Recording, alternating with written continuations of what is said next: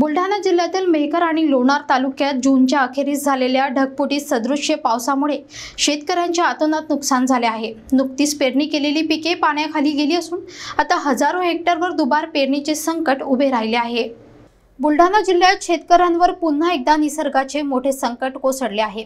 जून महिन्याच्या शेवटच्या आठवड्यात मेहकर आणि लोणार तालुक्यांमध्ये अक्षरशः ढगफुटी सदृश्य पाऊस झाला। या अचानक आलेल्या आणि प्रचंड पावसामुळे शेतकऱ्यांनी नुकतीच पेरणी केलेली पिके पूर्णपणे खरडून गेली आहेत। अनेक ठिकाणी शेतीत पाणी साचून जमीनही वाहून गेल्याने मोठे नुकसान झाले आहे।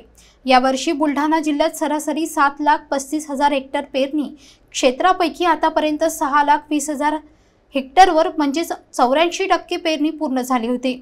कर्ज काढून किंवा पैशांची कशीबशी जुळवाजुळव करून शेतकऱ्यांनी मोठ्या आशेने पेरणी केली होती। मात्र मेहकर आणि लोणार तालुक्यातील या अतिवृष्टीमुळे हे संपूर्ण पीक उद्ध्वस्त झाले आहेत।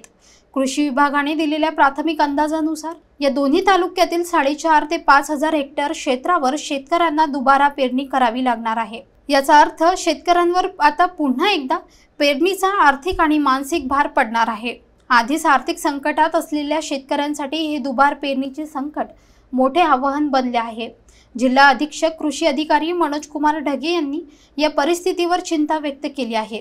प्रशासनाकडून तातडीने नुकसानीचे पंचनामे करून शेतकऱ्यांना योग्य ती मदत लवकरात लवकर मिळावी अशी मागणी आता जोर धरत आहे। दुबार पेरणीच्या बाबतीत विशेष करून मेहकर आणि लोणार या तालुक्यांमध्ये नदीकाठची किंवा ओढ्याकाठची जी काही शेतजमीन होती, ज्या ठिकाणी पीक वाहून गेलेलं होतं, तर असे साधारणतः 4,500 ते 5,000 हेक्टर इतक्या क्षेत्रावर दुबार पेरणी करावी लागेल असा प्राथमिक अंदाज आहे। आणि त्याच्या अनुषंगाने जे काही खतं बियाणं ची उपलब्धता आहे ती त्या स्तरावर आपण केलेली आहे।